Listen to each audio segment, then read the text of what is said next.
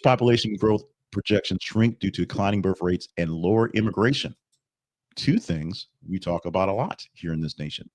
Now, the U.S. Congressional Budget Office has revised its population projections, estimating the U.S. population will reach 727 or 372 million, 372 by 2055.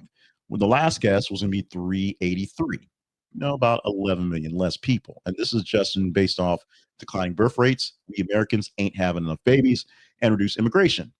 Oh yeah, all those people trying to come across the border and do stuff, whether they're on H-1Bs or just walking across the border to the south, we count them towards the need of people we need to do stuff here in the United States.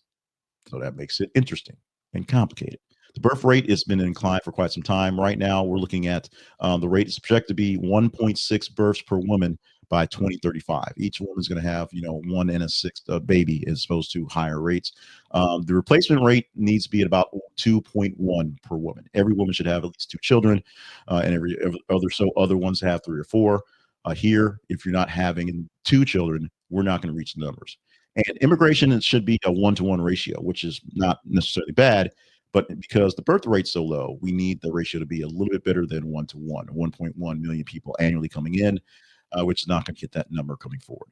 And the biggest issue is older people are living to be older. They're not so much a burden on us, but they do take up more resources and offer less in the way of progress. It's just how it is. Older people get a chance to retire and offer up some wisdom, offer up some security for themselves, and get some work done and be a part of what's going on.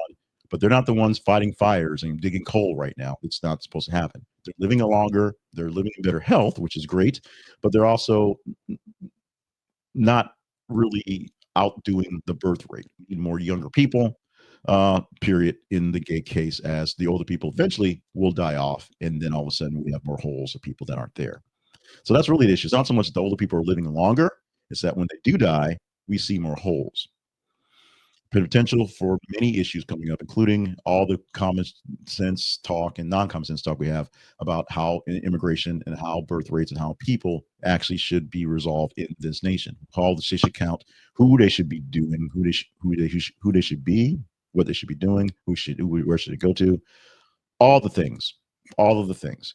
So while the birth rate is going down, and that's not a good thing because we should be growing as a nation, even though space and the conditions may seem like not a great place to have kids these days. In order to grow and continue to prosper, we do need to grow and continue to prosper in them ways.